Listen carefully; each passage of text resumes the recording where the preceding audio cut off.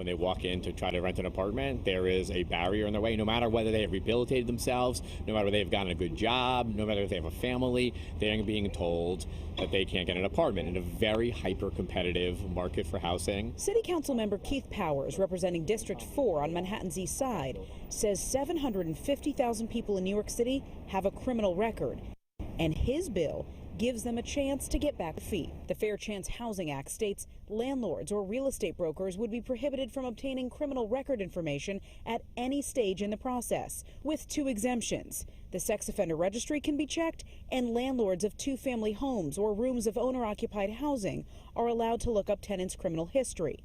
Landlords would also not be liable for criminal activity of a tenant. We want to find always a good landing spot to make sure we find the balance between public safety and addressing the housing crisis. But what's really clear right now is background checks are not being used effectively, and we are denying too many people housing on the basis of a mistake in their past. People rallying against this bill booed Councilmember Powers, yelling, "Shame on you," as he walked up the steps to City Hall.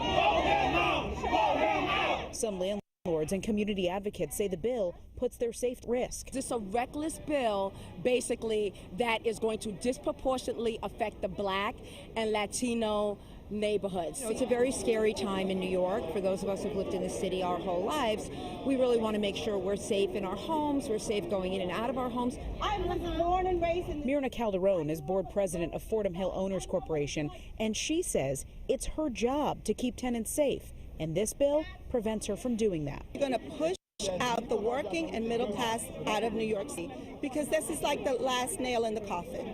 I mean, if we can't provide safety and know who's living next door to us and be in fear in our own homes, then it's over. It's game over.